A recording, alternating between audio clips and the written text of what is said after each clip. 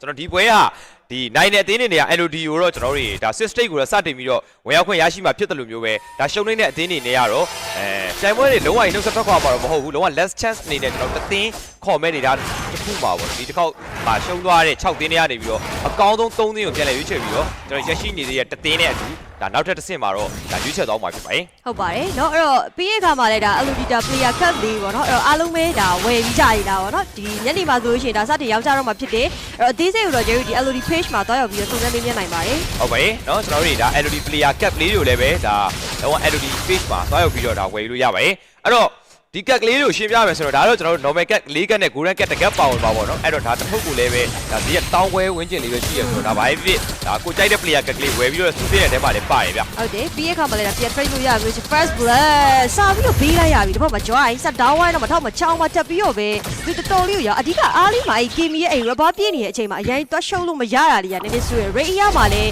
ဝေးတယ်ပြီးရခါမှာတော့ damage ကတောက်လျှောက်နေပါထွက်တယ်လို့ပြောလို့ရတဲ့အချိန်မှာအားလေးပိုင်းတော့နည်းငယ်ဒါသူတို့ရဲ့တစ်ဖက်က join ပေးဆက်လိုက်ရတယ်ရတော့တိတ်တော့မကောင်းခဲ့ပါဘူး။ first flap ကတော့နည်းနည်းလေးတော့စောရဗျပေးရတော့ join ဆိုပါတော့အရင်ဆုံးတော့စပြီးတော့ပေးလိုက်ရတယ်နောက်တစ်ခုကဒီ mid lane ကို join နေပြန်ပြီးတော့ရွေးချက်ထုတ်လာမျိုးတွေတွေ့ရတယ်ပေါ့နော်။ကဲအဲ့တော့ကျွန်တော်တို့လောလောဆယ်အရမှာတော့ဒါအောက်မှာထိုးပြထားတဲ့အတိုင်းပဲကျွန်တော် voting code လေးလည်းပဲပေးလို့ရပါတယ်အဲ့တော့ voting code ရမှာတော့ကျွန်တော်တို့ဒါ unite sync နဲ့ to 1003ကိုတော့ SMS voting ဖြစ်ဒါကျွန်တော် elite ကိုပေးကြဆိုရင် AP0114 ဆိုပြီးတော့လည်းဒါပြပို့လို့ရပါတယ်ခင်ဗျာဟုတ်ပါတယ်ကိုကြိုက်တဲ့ဒါတွားရောက်ပြီးတော့ဒါကြိုက်တဲ့ဒါ player ပဲဖြစ်ဖြစ်နောက်ကနေပြန်လည်ပြီးတော့ဒီပေါ့နော်ကျွန်တော်ဒီ caster တွေပဲဖြစ်ဖြစ် vote ပေးလို့ရရပေါ့နော်အဲ့တော့page မှာလည်းဒါအသေးစိတ်တွေအများကြီးတင်ပေးထားပါတယ်ဟုတ်ပါတယ်ကဲအဲ့တော့ဒါကျွန်တော်ပြောရင်းနဲ့ပဲပေါ့နော် first started battle လေးကိုတော့စတင်ပြီးတော့ရောက်ရှိလာခဲ့ပြီအဲ့တော့ဖက်မှာတော့ဒီ jungle ရောက်မှာ Lancelot နဲ့ဒီဖက်မှာလည်းလင်းပြ Time of Blake retreat လာမလား Thunder retreat အဲ့တော့ဒီနေရာမှာတော့ objective လူလို့ကောင်းတဲ့အခြေအနေဒါတစ်ခုပါပဲဟိုဘက်ကနေပြီး rocket လမ်းပြီးတော့ပေးထားတဲ့ leg shake က Regen stack 3ချက်ပြန်ရဲဖို့ကြိုးစားနေဆိုဘက်ကလည်း KM MD spray အောက်ရှောက်ကိုပြန် final select over မှာတော့မရတော့ high တော်တော်လေးသွေးနာနေခဲ့ဆိုပေမဲ့လည်းဒီဘက်မှာ Lancelot က target battle လေးမှာစပ်ပေးလိုက်ရတယ်ဗျနောက်ထပ် target ကထပ်ပြီးတော့ rush နေတယ်ထပ်ပြီးတော့ရအောင်ယူပေးထားခဲ့ဆို back brave ပါဖြတ်ပြေးဖို့ကြိုးစားတယ်မရတော့ဒီတစ်ခေါက်မှာဆရာကြီး duck ပါဆက်လက်ပြီးတော့ pace ဟိုလာ pace ဆက်လိုက်ရရင်လည်းပဲနော် Hugh ရမှာတော့3កောင်ပြီးတာလည်းတော့များတယ်ဗျ high လို့ကြီးကမတေသွားဘူးလို့ revitalize ကြီးပြန်ခင်းပြီးတော့ပြန်ပေးလိုက်ရတဲ့ Hugh ကြီးတွေကလည်းများပါတယ်ပေါ့နော်တော့ high လို့တေကနေသွေးဆဲဆဲလေးမှာတောက်လျှောက်ကြီးတစ်ဖက်ကနေမှဒါငဖော်ရိုးဘက်ကနေပြန်ပေးလိုက်ရတဲ့ဆုံးရှုံးမှုကတော်တော်လေးများပြားသွားတယ်အောက်မှာလေချောင်းတော်တော်လေးသွေးကိုင်းနေတဲ့တစ်ခုမှာတော့ဆိုတော့ဒါပြန်လေပြီးတော့မြစ်မှာလည်းနေလေဒီကဂိုးရှိခွာခြင်းနေတော့ရောက်လာခဲ့ပြီနောက်ဘိုင်းချားမှာလည်းမတိမတာလေးတော့တစ်ဖက်ကနေပြန်လေမြစ်တာရှင်များအနေနဲ့ကပို့ပြီးတော့တက်လာလေးတော့တွေ့ရတယ်ဆိုတော့အားလည်းဒီပြန်ကြည့်မယ်ဆိုအားလို့လပူဆိုရဲဒီ ESC လိန်နာ2ယောက်ကလုံးပြိုင်ဝင်ရပို့ပြီးတော့ကောင်းတယ်ဆိုမှလုံးဝမတိသေးဘူးဆိုတော့ KM နောက်ကနေပြန်ပြီးတော့ Innocent Fly ပြပြေးဖို့တော့ကြိုးစားနေ High လို့ Perry မှာပြေးပြီးတော့ KM ထားပါသေးတယ်လေးပါမလားတော့မတက်လိုက်ဘူးတော့လောက်ရှောက်ကိုကြိုးစားနေတဲ့ join အနေနဲ့ကအစင်တော့ပြေးမနေသေးဘူးဒါမှမဟုတ် play ပါ3ပေးရတော့မ join ဒီကောင်မှလွတ်နိုင်ပါသေးလားဆိုပြီးဖြေနေကြရဲမှာတော့မရတော့ပါဘူးပြန်ပေးလိုက်ရပါပြီ fresh ကဲဦးပဲသူ့ရဲ့အကောင်းမွန်သော game sense နဲ့အတူဒီ giant dash ကိုသူစောင့်နေပါ Time of Blake သုံးဖို့တော့ပေါ့နော် giant မှာ dash မရှိတော့တဲ့အချိန်မှာမှလင်းနေနဲ့ Time of Blake လုံးဝဒီ swap play နဲ့ပြန်ပြီးတော့ပဲလှပလေးပဲတင်ပြီး UK Z4 နဲ့အတူ mission လေးများတကယ်ဦးပဲ early game into တော့ဟိုစက်တကယ်ကောင်းနေပါတဝေးရတဲ့ကို flicker လေးကိုတွဲပြီးသုံးဖို့ကြိုးစားခြင်းပဲတစ်ဖက်ကနေပြီးတော့လုံးဝဒီ ape mute ရဲ့ပေါ့နော်တကယ်ဦးပဲ flicker လပ်လေးပြန်ပြီးတော့ခုံသွားတဲ့ပုံစံမျိုးလေးမှာတော့သူဘလို့မှတော့ဒါသူရဲ့ the way of dragon လုံးဝဖြစ်ခဲ့ပဲနဲ့ပဲဒီက high လို့အိုး3កောင်ကြားကြီးမှာ fat green နဲ့တော့သူပြန်ပြီးတော့ပြေးဖို့တော့ကြိုးစားလွဲပါမလားမသိဘူးဒီပဲလုံးဝမသိဘူးဆိုတော့နောက်မှတက်ပြီးတော့ပြေးလာဖို့ကြိုးစားနေပြီးတော့ဆရာကြီးဂျန်နေက final set မှာတိတ်ကြိုက်ပေးရတော့မှဒီကမကင်းပြီလုံးဝမသိသေးနောက်မှဒီတစ်ခေါက်ကတော့ high လို့ဘလုံးမှတော့ပြေးလို့တော့မရတော့ဘူးနောက်မှ bucket ကြီးအပြေးဝရှိနေခဲ့သေးဆို Innocent Fly နောက်ကနေထပ်ပြီးတော့တော့လေတုံးထားတဲ့ damage ကြီးကြားထဲမှာတော့ပြန်ပြီးတော့ပေးဆက်လိုက်ရရင်းနဲ့ပဲထပ်မှတ်ပြီးတော့ rush အနေနဲ့ကတော့ဘာမှတော့ချက်တော့မလုပ်တော့ဒါကတော့သူတို့နေ drive ကိုပြေးရလိုက်တာတော့အကောင်းဆုံးဆုံးဖြတ်ချက်တစ်ခုဆိုရင်တော့ Way of the Dragon FP ကြားထဲမှာပြန်ပြေးဖို့တော့ကိုဘလုံးမှတော့မဖြစ်နိုင်ခဲ့တော့ရင်းနဲ့ပဲနောက်တစ်ခါချက်ပြီးတော့ပေးလိုက်ရတဲ့ Grand ကြာကျသွားခဲ့ရပါပြီဒီတစ်ခေါက်မှာတော့ Gram ကြာနေနေတော့ပြန်လေပြီးတော့ပေးဆက်လိုက်ရပြီပေါ့နော်ဒီကလည်းချော်လဲပဲGrand ကြာကိုနည်းလေးသွားပြီးအိမ်မလုတ်ချင်နေရပါတော့ဂိုးလိမ့်တာဖို့လိုနေခဲ့ပြီမဟုတ်သူတို့ကတက်ပတက်လေးမှာအနေငယ်နေပါထားတဲ့နေတာတစ်ခုမှာတော့ဒါသူတို့တာကျင်နေတဲ့ဂိုးလေးကိုအရင်ဆုံးပြေးပြီးတော့ဂန်းလိုက်တယ်ပေါ့အဲ့ဒါလေးကတော့အဆင်ပြေသွားတယ်ပေါ့နော် Sky Peak ဇာရီပိုင်းအစင်တော့ပြေးနေတယ်ဂျန်နာရမှာတော့တစ်ဖက်ကနေပြီးတော့လဲ ဒါနတန်တို့ဘာလို့လဲဟီရိုကီတွေဘာလဲယာထားလေးနဲ့ဆိုတော့အများကြီးတော့ပြောစရာတော့မရှိဘူးတစ်ဖက်လုံးကဒီတစ်ခေါက် second target battle လေးမှာထပ်ပြီးတော့ join မှုတော့ပြင်ဆင်နေခဲ့ပြီဗျ Okay ဆိုတော့ပြေးပြီးတော့ပြေးပြီးတောက်လျှောက်ဆိုလို့ပြစ်နေရတော့မှ high လုံးတော့ရှည်သွားနေမောင်းမကြည့်ရက်တီပေးနေခဲ့အရှိပြေးနေတယ်တခုပါတော့ final set သွားပြီးတော့ပါလာခဲ့ဆို game ချ damage တွေနောက်မှာတော်ပြီး3 guy ထွက်နေခဲ့တယ်မချောင်းအဆုံးတော့တပေးလိုက်ခဲ့တယ် high လုံးမှာတက် down သွားခဲ့လို့ joy ဘက်ကနေမှာ joy LD5 beast တွေကြားထဲမှာတော်ပြီး3နေပါနေခဲ့တဲ့ချောင်းတွေလုံးဝတော့မတည်သေးဘူးဆိုမဲ့နောက်ဆုံးမှာတော့လူလူပြန်လဲအဆုံးတပေးလိုက်ခဲ့ရင်းနဲ့ပဲဟိုတော့မှရှိနေခဲ့တဲ့ CC immune ကလိုက်ဖို့တော့ကြိုးစားနေပြီဒီခေါက်မှာပြန် down သွားခဲ့ရတာကမိတ္တရှိလေးများဘက်က3ကောင်တော့ပြန်ကျသွားခဲ့ရတယ် ခုနကတော့ first star တွေတုန်းကပေါ့နော်ဒီဘက်က NPY ဘက်ကတော့ဒီ3 man လောက် down နဲ့တက်ပေးလိုက်ရတယ်အခုချိန်မှာကျတော့ဒီပြန်ပြီးတော့ပေါ့နော်ဒီတက်ရှင်လေးပြဘက်ကပြန်ပြီးတော့ကျသွားပြီပေါ့နော်3 man အဲ့တော့ target ပတ်တေးဒီမှာသူတို့ရင်းနဲ့ Hero 3ကောင်စီဒါနှစ်သိန်းလုံးကပုံမှန်ပြန်ရသွားပြီအခုချိန်မှာ VP 5နဲ့ချီးပြတယ်မလားလို့ငါဖောင်ဘက်ကလုံးဝကြီးဒီ Down Cap တွေပါကြီးအစပါပြန်ပြီးတော့လေတာသွားတယ်ဗျာဒီလားဟုတ်တယ်အားလေးပိုင်းမှာတော်တော်ကြီးစိုးမိုးထားပြီဆိုမှလက်ရှိဒီမဂိမ်းတိုင်းတွေတစ်ခုလောက်ပါတော်တော်ကြီးပြန်အဆင်ပြေလာခဲ့ဆို Final 2ပဲကောင်းလိုက်တော့တော့မချောက် step ပြန်ပြီးတော့ပေးထားခဲ့ဆိုမှ Way of the Direct ကိုချက်ခဲ့ပေါ်တော့မဖြစ်နိုင်သေးဆို Parry မှာပြေးခင်းလာတယ်အဲ့တော့ damage တွေအောက်မှာပြန်ရဲဖို့တော့ကြိုးစားနေခဲ့တဲ့ဆရာကြီးချက်တဲ့ချူပါတော့မှာပြေးဝင်ထားတဲ့ Eno the Flyer damage တွေအောက်မှာပြန်ပေးခင်းလိုက်ရရင်တော့ဆိုမှ last law အဆုံးတော့တပေးထားခဲ့တယ် Hyoki 3ကောင်ချက်ပြီးတော့ down သွားခဲ့ရပြန်ပါပြီ နောက် strike နောက်ကနေ length shake ကပြန်ပြီးတော့ပေးထားတဲ့15စင်တော့ပြေမနေသေးဘူး final select နဲ့ဆွဲတော့ကြိုးစားရဆိုရင်လည်းပဲ15 first tower ကိုပဲအကာအကွယ်ယူပြီးတော့ပြန်လေပြီးတော့ forward ထားသေးရဗျ။အဲ့ဒါ best of 3 series တခုပြတဲ့ကြောင့်မလို့ game 1လေးမှာတော့ဒါတသိန်းနဲ့တသိန်းနဲ့ share တော့ကျုံးနေပြီပေါ့နော်။ဒါ best of 3 series ပြတဲ့ဒါ from game 1အရင်ပြဿနာမရှိသေးဘူး game 2နဲ့ game 3ချန်နေသေးတယ်။နှစ်သိန်းလုံးကလည်းဒီ game number 1လေးဒါစတင်ပြီးနိုင်ထားတဲ့အတင်ပို့ပြီးတော့တပန်းတာအောင်ပါဗျ။အဲ့တော့ခြေတလန်းတာဘူးတော့နှာတစ်ပြားတာဘူးတော့ game number 1နေစတင်အစပြုတဲ့ပွဲစဉ်တွေဖြစ်တော့တဲ့ကြောင့်မလို့နောက်ထပ်တကယ်ကို main ဖြစ်တဲ့ပေါ့နော်ဒီကျွန်တော် LD season 3ကိုဆက်လက်ပြီးတော့ဝင်ရောက်ရှင်းပြိုင်မှုအတွက်သူတို့အကောင်းဆုံးတော့စူးစမ်းပြင်ဆင်နေရင်အဲ့တော့ open မှာတော့ပြန်ပြီးတော့ဒီတစ်ခါမှခင်ပြီ Killing Spree all သွားခဲ့ into the fly open မှာလည်းပဲထပ်ပြီးတော့ပဲ immune အရိုက်ခံလိုက်ရရင်2 man down နေသေးရဲ့ဗျာအကြီးကနောက်ကနေပြေးဝင်လို့ကောင်းတယ်အဲ့လိုမျိုး KB လို Granger လိုမျိုးတွေကို joy ရတောက်ချက်ဒီလိုက်ဖိထားလို့ရတယ်အဲ့ဒါပြုံမှာချောင်းမှာချက်ပါနေအခြေတစ်ခုမှာအားလေးမှာတော့အရင်လုံးလုံးမကောင်းခဲ့ဘူးဆိုမှတဖြည်းဖြည်းနဲ့မဂိမ်းတိုင်းတစ်ခုမှာတော်တော်လေးအဆင်ပြေလာခဲ့ပြီလို့ပြောလို့ရတယ်ပေါ့နော်ကမ္ဘာယူ e-sport နေတွေကတောက်လျှောက်ဆိုလို့လုံးတော့ဖြစ်နေကြဆိုလို့နောက်ကနေပြေးနေခဲ့တဲ့ damage တွေကဘာလဲတော့မသိဘူးရဲကိုပြေးနေရပြီဆိုတောက်လျှောက်ဆိုလို့ပဲအိုးလက်စစ်တစ်ချက်မှာတော့ကန်ကောင်းစားနေပဲလွတ်သွားခဲ့ပါပြီလုံးဝတစ်ချက်လောက်မှန်လိုက်လို့ရှိရင်အသွားနဲ့အပြန်နဲ့ထိသွားလို့ရှိရင်ပေါ့နော်လုံးဝဒီတစ်ခေါက်မှာလက်ပူနေနဲ့ပေးလိုက်ရတယ်ဆိုတော့ last start တဲ့ battle လေးပါပဲ rush ဒီဘက်ကတော့ပြန်ပြီးတော့ရောက်နေပြီအဲ့တော့ lance long နဲ့လင်းရဲ့လုံးဝ last start တဲ့အပြိုင်မှုလေးတစ်ခုတော့ကျွန်တော်ဆက်ပြီးတော့ကြည့်ရမယ်ဆိုတော့ high low ကောက်စောစီပေးလိုက်ရဆိုတက်တယ်ကိုလည်းပဲ lance long ပြန်ရခဲ့တယ်ဗျာဒီအချိန်မှာ POK တကောင်နဲ့တူ lance long တက်တယ်ထက်ရ rush ကိုပါထပ်ပြီးတော့ရလိုက်တာတော်တော်လေးကိုတန်သွားခဲ့တယ်အဖောင်ယူ e-sport ပဲဖြစ်သွားခဲ့ပြီဗျာဟုတ်တော်လေးကိုပြန်ပေးနေရတယ်အဲ့တော့ကဖောင်ယူကတော့ပြန်ပြီးတော့ပွဲအသာစီအကောင်းဆုံးထိန်းထားနိုင်ခဲ့တဲ့ပုံစံလေးကတော့တော်တော်လေးကိုချီလို့တော့ကောင်းလာခဲ့ပြီပေါ့နော်အားလီပိုင်းမှာလုံးဝမထေထားတဲ့ကွက်တီပြခဲ့ဆိုမှလက်ရှိတိုင်းတစ်ခုမှာ Dumas Man ဆိုရဲဒါ damage တစ်ခုတော့ရှိနေသေးပေမဲ့အဓိက initiator တွေနဲ့သူရဲ့အေးလပပြေးနေရတယ်ဘာမှလုပ်လို့မရနေဘူးပြလပအရင်ပြော့နေသေးတယ်ဟုတ်တယ်အရင်ချင်းတော့တော့ဒါသူ့အနေနဲ့တော့အရင်ရောဒီမာတော့မာပေးမနေနိုင်သေးဘူးဒီကဒီရှင်းမှာ wise တွေပါထည့်ရတာတွေ့လို့ရှိနေရဆိုတော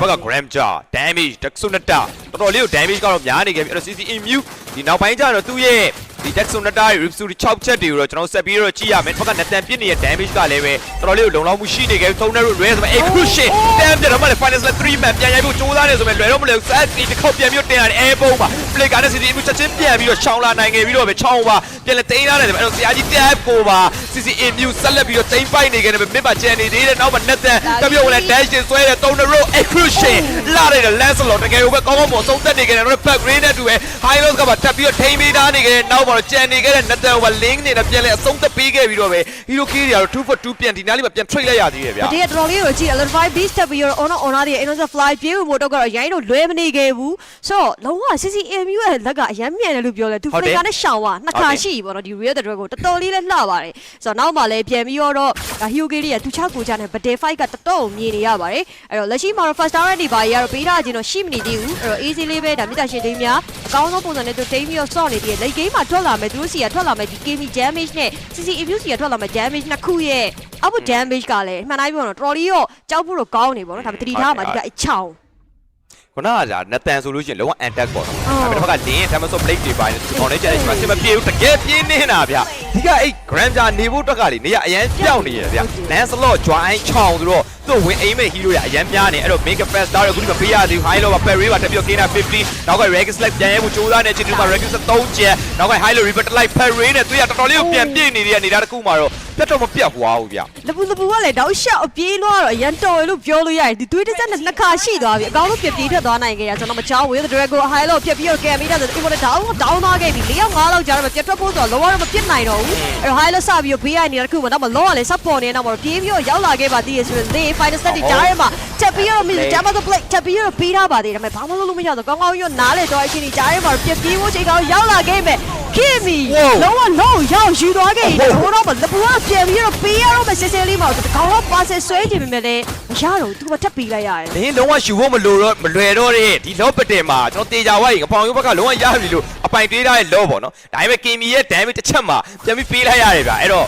့ဝါဒန်ဒါသူအနေနဲ့လောတော့ကောင်းကောင်းမွန်ပဲဘာဖြစ်ပြန်ပြီးတော့ရရှိအောင်တော့ကပ်ပြန်လုတ်ပေးနိုင်ခဲ့တယ်သူတို့ရရှိခဲ့တဲ့ first lot အရင်တော့ input တော့များမှာတော့မဟုတ်ဘူးခွာနေရဲ့ network gap တွေနည်းနည်းလေးပြန်ပြီးတော့ပဲဒါ short ချထားနိုင်တာလွယ်လို့အများကြီးတော့အဆင်ပြေနေမှာမဟုတ်ဘူးလောလေဒီနေ့မှပြန်ပြီးတော့ချက်ချင်းပဲဖြည့်ရှင်းထားတဲ့ mid မှာပဲအဲ့တော့အကုန်လုံးတော့အဆင်ပြေနေသေးတယ်သူကောင်းနေတာဒီမြတ်ရှင်မာလေးဘက်ကမြတ်ရှင်လေးများဘက်ကပေါ့နော်ဒီကဒီ make a fast star ကအခုဒီမပေးရသေးဘူးဗျဟုတ်တယ်ဒီကအဲ့လိုမျိုးလေဒီဘက်ကနေပြန်ပြီးကြည့်မယ်ဆရာကြီးတဲ့ရဲ့ final slot ကဒီဘက်မှာတော်တော်လေးလုံးကွက်တွေပြနေရောအဲ့နောက်မှာတက်ပြီးတော့ Innocent Fly ကလည်းကပ်ပြီးတော့ပါလာတယ်အဲ့ဒါအပြေမှာနောက်ကနေချောင်းရဲ့လုံးဝဒီဘက်တို့3စင်းနေ with the dragon ရိုက်တာကြီးတော်တော်လေးကိုကယ်နာလေးတွေကကောင်းနေတဲ့အချိန်တစ်ခုမှကြတော့အဓိက CCA မြို့နဲ့တူပါနောက်ကဝါနန်တို့ရဲ့ဒါ position တစ်ခုကတော်တော်လေးကိုယူနေရတဲ့ပုံစံတော့ဖြစ်နေခဲ့တယ်အဲ့ဒါမျိုးမှာလူနေတွေကလည်းခုနပြောလို့သူ damage item ထည့်နေရဖြစ်တဲ့အတွက်ကြောင့်အရင်တော့အာမဘိုင်းကိုမသွားနိုင်သေးဘူးဖြစ်နေလုံးလေးတယ်ဟုတ်တယ်ဘက်ကချောင်းလဲတောက်လျှောက်လိုက်ထောက်တယ်လင်းက Tamaso Play ပေးလိုက်ရပြီဗျာ Tamaso Play ပေးလိုက်ရတဲ့အချိန်ဒီတစ်ခုမှကြတော့လည်းလေဘက်တရီပိုင်းလင်းလာပြီးတော့ join မှာမလွယ်ဘူးအဲ့တော့လောတဲ့ရမှာတော့ခဏလေးပြန်ပြီးတော့ဒါသူတို့အနေနဲ့ bucket လေးကိုပြန်ယူထားမှရလိမ့်မယ်ကျန်တာအများကြီးသွားပြီးတော့လှုပ်လို့မရတော့လင်းကတေချာအောင်လောက်ကိုသွားပြီး rush ဖို့ကြိုးစားနေရယ် split push ပုံစံမျိုးသူ့အနေနဲ့ပြန်ပြီးတော့ရွေးဟိုးကောင်းလိုက်တယ်ချောင်းရဲ့ game တကယ်ကိုလာတယ်ဗျကွက်တီပဲဒါလုံးဝ play ကလုံးဝကြီးကတော့ let's hit တစ်ချက်ကိုတော့အကောင်းဆုံးသုံးချသွားတယ်ဗျတော့တက်ပြီးတော့ BR မှာဆို KB တကယ်ကိုပြတ်တာကျွန်တော် define beast နဲ့တူမှာ high low နဲ့တူမှာမရှိနေကြတယ်ဆိုတော့ blue ဘာတက်ရိုက်ပြီးတော့ကြိုးစားနေတယ်ဆိုတော့တော့ရှော့ high low Perry မှာ KB တော့ပြေးနေကြရဆိုဟိုတော့မရှိနေကြတယ်50ကိုပါတခါလေး stress သွားခဲ့ရင်းနဲ့ပဲ Hiroki ထပ်မှန်ပြီးတော့3កောင်တောင်းသွားခဲ့ရပြီဆိုတော့ high low တက်တောင်းတော့ပါလား join တောင်းရှော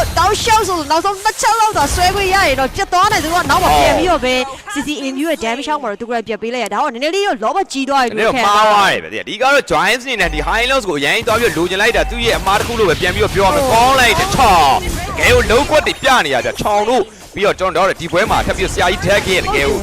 လုံးဝ final select တွေအရန်လှနေရဗျဒီလားဒီကအဲ့လို Stanley တိတိရများနေကြလို့ Barry ပြက်ခင်းနေရဗျဟိုင်းလို့ဘာမှလုပ်ပေးလို့မရအောင်ရှေ့ကနေမတက်ရပေးပါမယ်ဆိုတော့လုံးလုံးမရရနေတာဖြစ်နေကြလို့ဟိုတော့မတက်တော့ပြန်ရလိုက်တာလေးကတော့တစ်ဖက်ကမြစ်တက်ရှင်လေးများတို့တော့ဒါတကယ်ကိုကောင်းသွားခဲ့တဲ့ဒီတစ်ခုတော့ဖြစ်သွားပြီလက်ရှိမှာလည်းပဲဒါ second lot ပေါ်လာဖို့အတွက်ကတော့ time ရရမှာတော့ second 30ဝန်းကျင်လောက်ပြီးလိုနေသေးတယ်ဒါအရှော့ဆရာကြီးတဲ့အရှေ့ကနေပဲသူကိုယ်တိုင် front line တော့ဖြစ်နေခဲ့ပြီပေါ့နော်အရှေ့ကနေပြီးတော့ပြန်ပြီးတော့ vision တွေထောက်ပြီးရစစ်ပြီးရအဲ့တော့ကနေချောင်းနေတဲ့က easy လေးပဲတကောက်အဲ့လိုနောက်ကနေပြီးတော့အသာလေးသူက vision ပေါ်ပြီးတော့မှ easy ယူနေတဲ့ပုံစံလေးအမြဲတကောင်ကတော့ပတော့ရင်တွေ့နေရတယ်ဟုတ်တယ်ဒီကတော့အဲ့ဒီကျွန်တော်ထင်တာပေါ့နော်ပြည့်ရှင်လေးများဘက်ကလည်းထုတ်တဲ့ red ကလည်း risk များတယ်ပဲထပ်ပြီးတော့ပါသွားပြန်ပြီသေတော့မသေးလို့ဆိုမှ lance တော့ dash ရောအိုးဘာမှာ too much မှာနှစ်ကောင်တို့တော်တော်လေးကိုကိုင်းနေပြီဗျာဒါပေမဲ့ lance တော့ချင်းချင်းပြတ်ပြီးတော့ထွက်လာနိုင်ခဲ့တယ်ပေါ့နော်ဆိုတော့ခုနကကျွန်တော်ပြောနေဆိုတော့ rush နည်းနည်းများတာဟိုဒီကဘယ်လိုဖြစ်မလဲဆိုတော့အဲ့လိုမျိုး Kimi Granger ကြီးတွဲပြီးချုပ်ခဲ့တယ်ပေါ့နော်ပြီးတော့ဂျန်ငယ်ကလည်းလင်းလိုမျိုးရွေးချယ်ခဲ့ပြီးသူတို့တက်ဒီကဒီ Big 6 back ပေးရဖို့အတွက်က high load တကောင်တော့ပဲရှိရဗျရှေ့မှာဒီလပူကတေးကြတဲ့ lane shake တွေပါနေနဲ့ Brio fighter တွေပါနေ initiate ဝင်လုံးမှာပဲဆိုတော့ back နည်းနည်းလေးလွတ်နေတဲ့အနေအထားတစ်ခုလို့ပြောရမယ်ဗျဟုတ်တယ်အဲ့ဒီမှာထွက်လာတာတစ်ဖက်မှာလောက joy လိုမျိုး hero ကြီးပြည့်ရွေးလာဆိုတော့တော်လေးစွတ်တွေပေါ့နော်နောက်မှပြန်ပေးလိုက်ရတာ high load တကောင်ကြာသွားလပူပါသူအရင်ကိုကိုင်းနေခဲ့ပြီဆိုပြီးပြင်မဲ့တစ်ဖက်ကတော့ joy ကိုပြန်ပေးလိုက်ရတာ 2v1 situation တကယ် damage တွေကြားထဲမှာပြန်ပေးလိုက်ရမယ်သူလဲလိုက်ရတာကလောနေဖြစ်သွားခဲ့တယ်ဗောနော် second law တော့ပြန်လဲပြီးတော့ရရှိသွားခဲ့ပြီဖြစ်တဲ့ငဖောင်ယူ e-sport ဒီတစ်ခါမှာသူ second law နဲ့အတူမှာ effect တွေဘယ်လောက်ထိထပ်ပြီးတော့ရနေအောင်ပါလဲသူတို့ရဲ့လိုချင်နေတဲ့ target second target တွေကတော့တေချာပေါက်တော့ကျိုးဖို့များနေလို့အောက်လဲရဲ့ mega target ကိုတော့ပို့ပြီးတော့ view ဆိုင်ရတော့မချိန်ကတော့ဖြစ်သွားခဲ့ပါတယ်ချောင်းလုံးဝပဲဝင်ပြီးတော့ထိတ်သွားခဲ့တယ်ဗျဝါဒန်နဲ့တူအဲ့တော့ 1 for 1 trade ရမှာချောင်းတော့ပေးလိုက်ရတယ်ဗောနော်ဒါပေမဲ့သူတို့တစ်ဖက်ကနေပြီး Kimi တို့ပြန်ရတာတယ်လုံးဝလည်းပြန်ပြီးထွက်လာခဲ့ပြီဆိုတော့ချောင်းတော့မရှိဘူးဗျ Innocent Fly ကတော့ပြန်ပြီးတော့ထွက်လာအောင်ပါဆိုတော့4v4 situation တော့သွားကြမယ်ဘာလို့တစ်ဖက်က respawn time ရမှာ second 20ဆိုတော့ဝါဒန်ပြန်ထွက်လာရင်လုံးတော့ defend လို့ရတယ်အဲ့တော့6နေနဲ့ရောဒီလောဘတ်တဲကိုပြီမလားဆိုတော့မှီနိုင်တယ်ဗျ နော်အဲ့တော့ကျွန်တော်တို့အောက်မှာတော့ဒါကတော့ဗောနော်ဒါ best male player of the year အဲ့တော့ဒါတော့ mobile legend အနေနဲ့ကတော့ဒါ voting code လေးတော့ထပ်ပြီးတော့ချပေးထားပဲဖြစ်ပါတယ်ဒါတော့ကျွန်တော်တို့ရဲ့လူငယ်ကစားသမား desk ပဲဖြစ်ပါတယ် ဟုတ်ပါတယ်เนาะအဲ့တော့ desk ကို vote ပေးခြင်းနဲ့ဆိုလို့ရှိရင်เนาะဒါ Unite Sim Cat ရဲ့ဒါ1003ကိုတွားရောက်ပြီးတော့ဒါ AB01 လုံးကိုတော့ပို့လို့ရပါတယ်ဗောနော် dash အတွက်ကိုတော့ ဟုတ်ပြ